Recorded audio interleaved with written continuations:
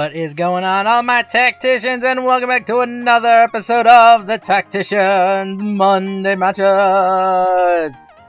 Oh my lord, it's been a while since I've done this. Actually, it has been almost 2 weeks since I was able to do a Monday Matches, so without further ado, let's get this party started! Alright, we're gonna be leading off with Tucker for this one. Alright, so I've got two battles that I'm going to show you. I got from yesterday's Sunday Night Brawl. I'm going to also feature some other battles in like another video or so. But they're going to be from like a while ago, like last week. But in any case, I'm going to start off with my contrary strategy here. I'm going to be trying to go for some contrary shenanigans here. Thinking I could start off with Glare here against Tucker. Meanwhile, he led with his Shuckle and Mimikyu. Destiny's going to go for the skill swap here. I'm going to try to get the skill... Gonna try to get the contrary off and try to transfer that to another Pokemon. He's gonna go for a Psychium Z move into the Shuckle, and he's gonna increase the Shuckle's attack power while also swapping its attack points with its defense points. Oh, this Shuckle really screwed my day. This Shuckle really messed me up here as he goes for the Trick Room. So that Glare doesn't help me out. In fact, I think it only makes it even worse for me because now the Mimikyu is faster than me in the Trick Room. So I'm like, okay, it's not the worst. It's not the worst case scenario. I'm gonna send out Laura. I'm just gonna decrease his attack, and it's a contrary Shuckle. So I just screwed myself over with the contrary Shuckle. Oh, I can't believe my luck here. Rock Slide gonna come out now, and that Intimidate is only gonna make my day even worse as it gets the Rock Slide off. Takes both my Pokemon down, one of them to their Focus Sash, and that's gonna be my skill swap strategy completely foiled. So instantly I'm dead here. Alright, I'm thinking, okay, I still have a chance, He goes for the Baby Doll Eyes. I pulled up my Totem Lurantis here thinking I could get the contrary off, swap it to the Lurantis. Praying for the miss. I don't get the miss. Well, I do get the miss, but not on the Pokemon I wanted, so Destiny goes down. That is the end of my contrary shenanigans. I can't get the contrary off. I'm forced to go for the X-Scissor here, hoping I could take it out. Surprisingly, I do, but then again, it swapped its defense and its attack, so... That miss really helped me out in terms of my Lurantis being able to do something. But it doesn't help me out in this battle at all because I'm down 2 Pokemon to Tucker's 1. Now he's got his Mega Camerupt out. So now it's the revenge for the Shuckle Sweep Denial for Tucker. He's gonna make me suffer now because I refuse to, acquiesce to his demands of letting him sweep with his Shuckle. I go for the Light Screen here thinking, okay, he's gonna go for a special attack. I'm going to be able to hopefully survive. He goes for the Eruption. There's nothing I can do here. Even with my max special defenses and a Light Screen, there is nothing my Lurantis can do to stop that. Down goes my Totem Lurantis. Mimikyu is paralyzed, can't move, and Clyde's just going to sit out there looking cool. So, okay, I think I can make a comeback here. I bring out Sylvester knowing that the Trick Room is about to expire. I only need to survive to the end of the Trick Room. If I can just do that, maybe there's a chance I can survive. Okay, I set up the Reflect Barrier, I think expecting a physical attack. He goes for the Flamethrower into Sylvester, so that's going to actually make my job slightly easier because Clyde gets to hang around for one more turn. Not that it really matters, he doesn't have anything else, he's only a support Pokemon. All my male Meowstics that I've ever run have been pure support Pokemon, they don't have any offensive capabilities. And I'm gonna go for the Charm, he's gonna try to decrease the Mimikyu's attack as much as possible, tried my best to survive. I go for the Leaf Storm here, praying for the crit, I go for the mighty Leaf Storm. I do not get the crit that I need, and managed to get my, I managed to get my attack off. But the Camerupt is now going to go for the Flamethrower. He's not going to go for the Eruption. He's going to just take down Sylvester. He tries his best to endure, but there is nothing my Superior can do to save me. Now Mimikyu goes for the Trick Room once again. So I'm like, oh, what can I do here? At this point, there's only one Pokemon left, and it's Alexis. This team was purely designed around the contrary strategy. I go for the Fake Out, going to try to take down at least the Camerupt. I go with a Charm onto the Mimikyu, preparing myself for the worst case scenario. He's now at like -6. He's gonna go for the Play Rough, Alexis manages to avoid that play rough. I'm honestly surprised she managed to avoid that. I go for one more charm, decrease the Mimikyu's attack as much as possible. I believe now he's at -6, so that Mimikyu's not in the fight anymore. He's not in the fight. I get the critical hit from the Sucker Punch under the camera up. Down goes the camera up, so I at least managed to make some kind of a comeback in this, and that is going to be the most damage Mimikyu can do with both Reflect and -6 attack power. But unfortunately, there's nothing else I can do here. Scrafty gonna come out now, and I go for one more charm, but it's no use against Mimikyu. He can't do anything. Go for a Sucker Punch on the Scrafty, praying for a crit. I don't get anything. Shadow Claw comes out onto Clyde, and he gets critted. Oh my lord. That is just salt rubbing into the wound, and here comes the final blow, the Drain Punch from the Scrafty into Alexis, gonna restore the Scrafty's HP. Critical hit on top of that, maximum salt onto Impy's wounds. Goodbye, Alexis. Impy is gone. GG to Tucker.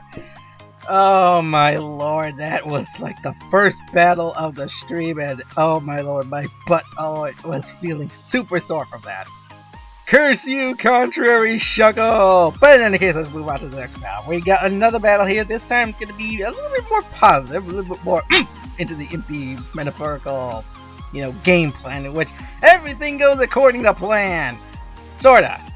You'll find out in a second as I battle off against Ashley, aka Blaze the Rylou. Why do people name themselves weird?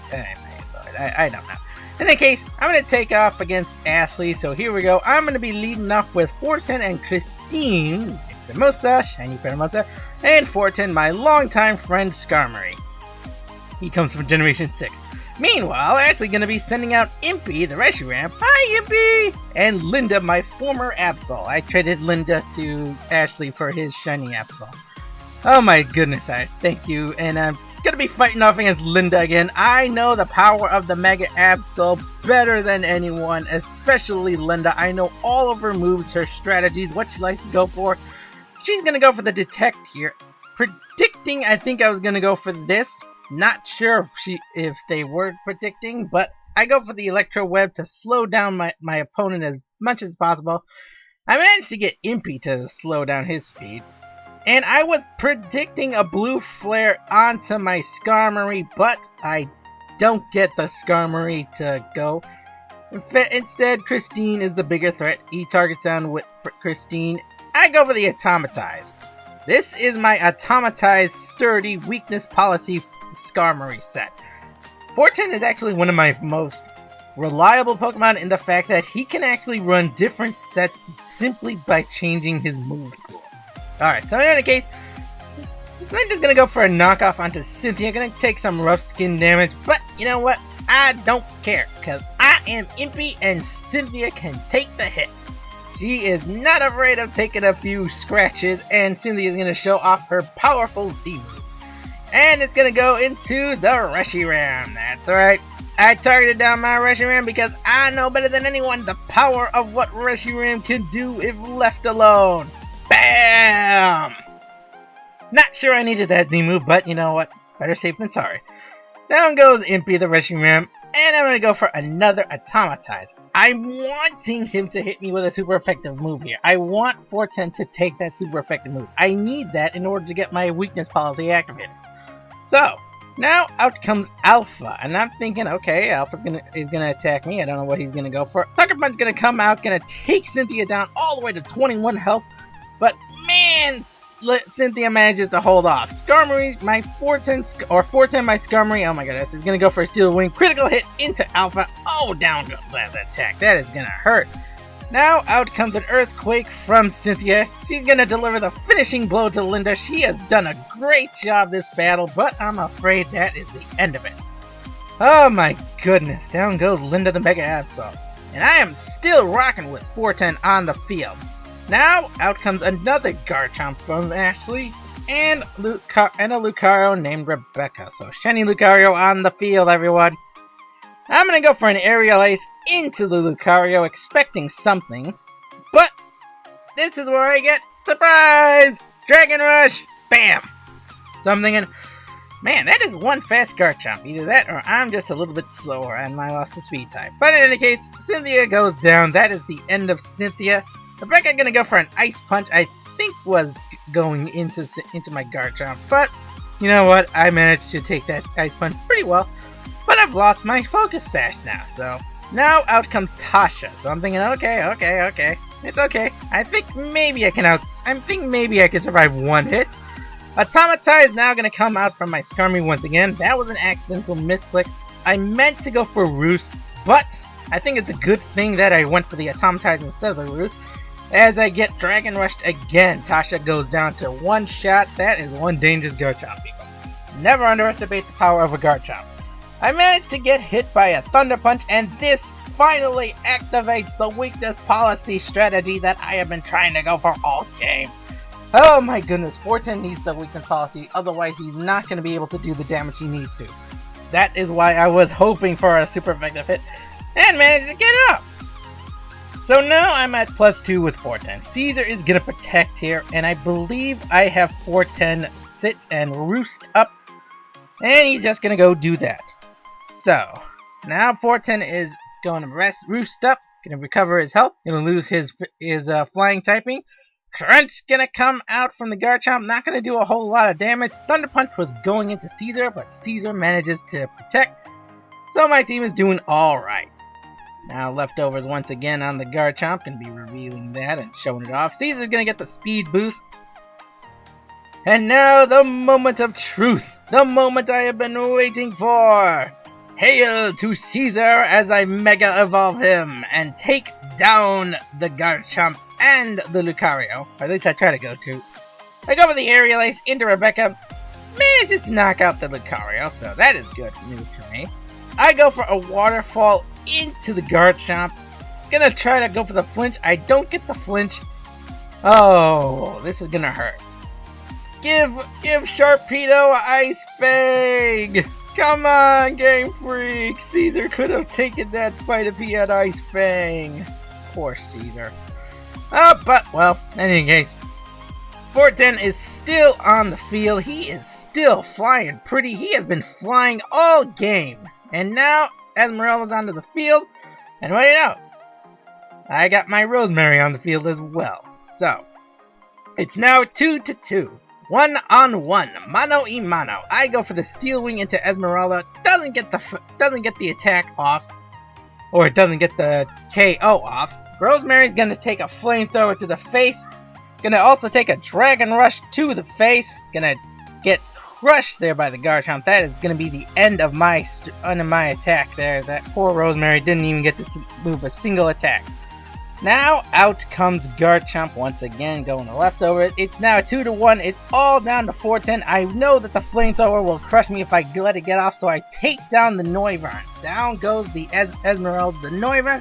Now it's 1-on-1 between 410 and the Garchomp. Oh my goodness, 410 has been a boss this entire game. He has been holding the line, throwing out tooth and nail and claw and Steel Wing. Going in, the Garchomp doesn't get the KO, but manages to put it within KO range. Now a Garchomp Crunch coming out to 410. His defenses are just amazing. Thank goodness I trained him for those pure defensive capabilities. Alright, and now it's the final turn. 410 goes for the Aerial Ace. Not going to play around, not going to try to risk a Steel Wing miss. And I get the KO onto the Garchomp. Gonna take some rough skin damage, but it doesn't matter because I am winning. GG to Ashley. Oh my goodness, Tacticians. Woo! You have no idea how much these battles take. But in any case, I will see you Tacticians again for more Tacticians Monday Matters. Till next time, bye bye!